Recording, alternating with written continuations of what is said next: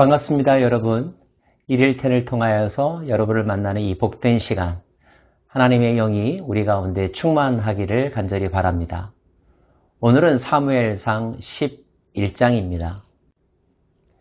개인으로서 인생을 성공적으로 살아가는 것도 결코 쉬운 일은 아니겠지만, 어떤 나라나 공동체의 지도자가 되어 그 공동체를 성공적으로 이끌어 간다는 것 결코 쉽지 않을 것입니다. 그리고 또 중요하다고도 말할 수 있죠. 왜냐하면 공동체 지도자로서 한 행동과 모든 것은 자기 자신뿐만 아니라 공동체 전체에게 영향을 끼치기 때문입니다.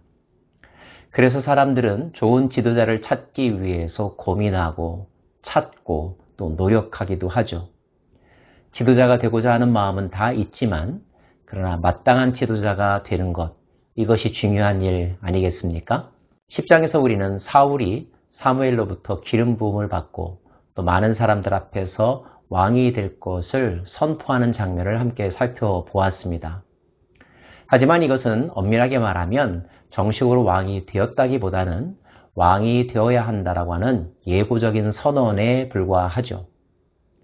이제 사울은 무엇인가를 보여주어야만 하는 새로운 상황에 처하게 되었습니다.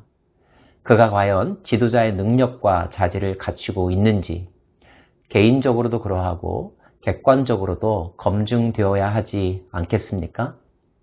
마치 요즘에 대통령 선거 시험에서 출마하는 사람들은 많이 있지만 그가 정말로 대통령이 될 수 있는 사람인지 아닌지 검증의 과정을 거쳐야 하는 것처럼 말입니다. 그런데 사울이 자기 자신의 능력과 또 지도자로서의 자질을 보여줄 수 있는 시험대가 사건으로 발생합니다. 이스라엘의 동쪽에 암몬이라고 하는 나라가 있었는데 그 암몬의 나하스 왕이 이스라엘 족속들 가운데 갓 족속의 땅 길르앗 야베스 땅을 침공해 들어온 것입니다. 그리고 그곳 주민들을 협박하죠. 그들에게 항복하라고 말입니다. 길르앗 야베스의 주민들은 시간을 달라고 하고 자기들의 상황을 이스라엘 공동체에게 알려줍니다. 도움을 요청하는 거죠. 자, 과연 이스라엘은 길르앗 야베스 사람들을 구할 수 있을까요? 어떻게 그들을 도울 수 있을까요?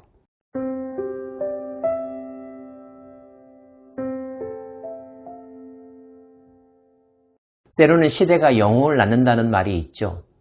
어려운 상황이 닥친 것이 분명하지만 이때야말로 사울에게 있어서 자기 자신이 누구인지를 보여줄 수 있는 좋은 기회가 되었습니다.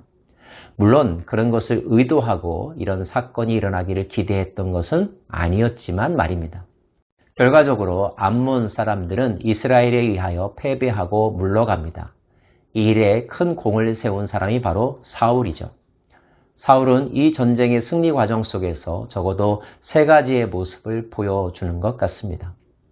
첫 번째는 그의 지도력입니다. 외적의 침입은 분명히 위기였고 이에 대응하고자 하는 각자의 생각들은 저마다 다를 수 있었을 것입니다. 중요한 것은 모든 공동체의 마음을 한데로 모으고 힘을 집중하여서 쏟아부어야만 이 전쟁에서 과연 승리할 수 있겠죠? 누가 선봉에 설 것인가? 누가 백성들의 마음을 하나로 묶을 것인가? 이것이 바로 지도력일 것입니다. 자, 사울은 어떻게 지도력을 발휘했을까요? 사울이 이 말을 들을 때 하나님의 영에 크게 감동됨에 그의 노가 크게 일어나 한 결의에 소를 잡아 각을 뜨고 전령들의 손으로 그것을 이스라엘 모든 지역에 두루 보내어 이르되 누구든지 나와서 사울과 사무엘을 따르지 아니하면 그의 소들도 이와 같이 하리라 하였더니 여호와의 두려움이 백성에게 임함에 그들이 한 사람같이 나온지라. 백성들로 하여금 움직이게 만들고 하나로 모이게 만들었던 것은 사울의 강경책이었습니다. 소를 잡아서 토막을 내어 각 지파들에게 보내면서 이 전쟁에 참여하지 않는다면, 사울과 사무엘을 따르지 않는다면 이와 같이 될 것이라고 엄포를 놓은 것이죠. 아마 그렇게 하지 않으면 안 될 정도로 당시의 이스라엘 공동체의 모습들은 지리멸렬하고 이기적이고 서로 분열적인 상태에 있었던 것 같습니다. 그리고 성경은 사울이 이러한 선택과 방법을 선택한 것이 하나님의 영의 도우심, 하나님의 영의 인도하심을 받은 것임을 분명히 하고 있죠. 즉, 암몬 사람들이 길르앗 야베스 사람들을 괴롭힌다고 하는 소식을 들었을 때 하나님의 영이 사울에게 임하였고 사울은 거룩한 분노심을 느꼈던 것입니다. 감히 하나님의 백성들을 이방 나라가 쳐들어온다니? 가서 구해야 되겠다. 결코 좌시하지 않겠다. 이런 거룩한 분노, 민족을 생각하는 마음, 공동체를 생각하는 마음이 그의 가슴 속에서부터 우러나왔던 것입니다. 자고로 지도자의 덕목은 공동체를 사랑하는 마음이겠죠. 민족을 사랑하는 마음, 국가를 사랑하는 마음이 필수적일 것입니다. 그리고 그와 같은 마음을 자기 혼자만 갖고 있는 것이 아니라 모든 구성원들이 가질 수 있도록, 그래서 함께 움직일 수 있도록, 힘을 모을 수 있도록 동기를 부여하고 이끌어가는 것, 방향을 제시하는 것, 이것이 바로 지도력 아니겠습니까? 사울의 이러한 방법은 효과적이었습니다. 모든 이스라엘 공동체가 함께 모였습니다. 군사를 파병했습니다. 말씀에 의하면 이스라엘 자손들의 수가 30만이요 유다 사람들이 3만 명이라고 기록되어 있습니다. 도합 33만 명의 군사들이 모였다는 뜻이죠. 분명 대군입니다. 게다가 사울은 이 전투에서 자신의 능력을 한껏 보여줍니다. 고대는 특별히 최고 지도자가 갖추고 있어야 될 능력 가운데 하나가 전투 능력이죠. 전쟁에 나가서 적들을 물리치고 자기 백성들을 구하는 것이야말로 가장 탁월한 능력으로 인정받던 시대였습니다. 이튿날 사울이 백성을 3대로 나누고 새벽에 적진 한가운데로 들어가서 날이 더울 때까지 암몬 사람들을 치매, 남은 자가 다 흩어져서 둘도 함께한 자가 없었더라. 33만의 군사를 3대로 나누어서 협공작전을 펼쳤고 그 전략은 유효하였습니다. 그래서 암몬 사람들을 초토화시켰다는 내용입니다. 위기 때마다 말만 하는 사람이 아니라 직접 나가서 싸울 수 있는 사람, 싸우는데 그치는 것이 아니라 승리를 이끌어낼 수 있는 탁월한 지도자, 능력 있는 지도자, 경제적인 능력, 군사적인 능력, 사회 문화적인 능력, 정치적인 능력을 가진 그런 지도자, 그런 지도자가 있다는 것은 참 복입니다. 또 그런 지도자들을 구해야 되겠죠.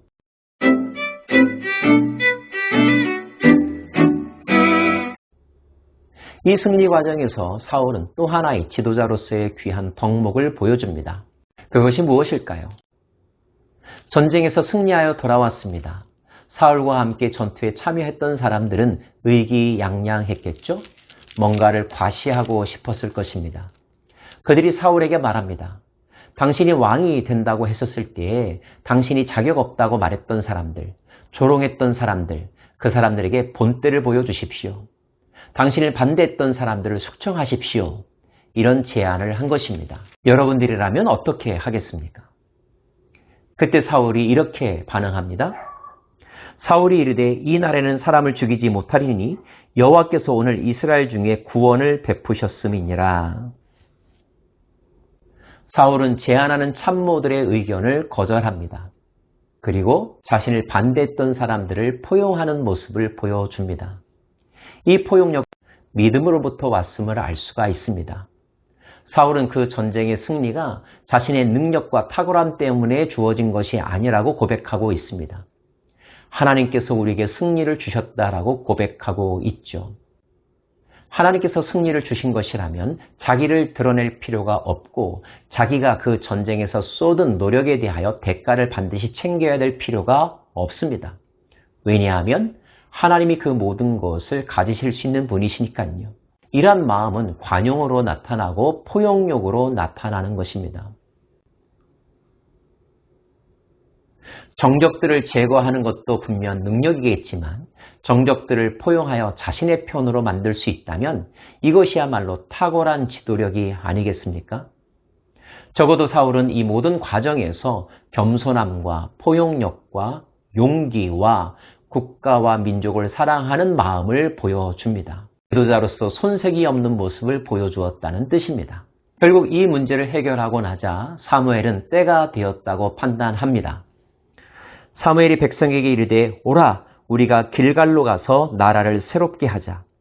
모든 백성이 길갈로 가서 거기서 여호와 앞에서 사울을 왕으로 삼고 길갈에서 여호와 앞에 화목제를 드리고 사울과 이스라엘 모든 사람이 거기서 크게 기뻐하니라. 길갈이 어떤 곳입니까? 그들이 요단을 건너서 처음으로 단을 쌓았던 곳 아닙니까? 가나안 땅에 첫 발을 내딛고 나서 이 땅이 하나님이 주신 땅임을 고백하며 감사의 예배를 드렸던 곳.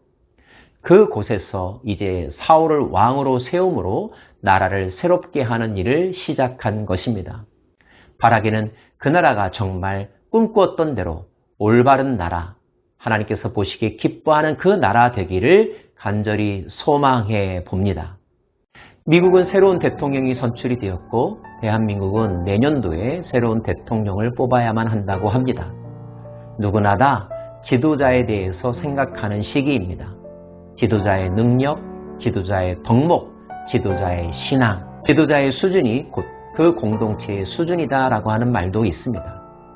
그렇다고 본다면 정말로 탁월한 지도자, 하나님께서 기뻐하시는 지도자가 우리 가운데 있어야 하지 않겠습니까?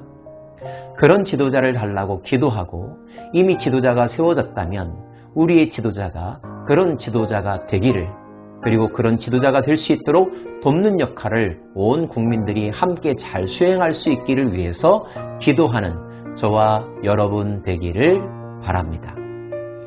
기도하겠습니다.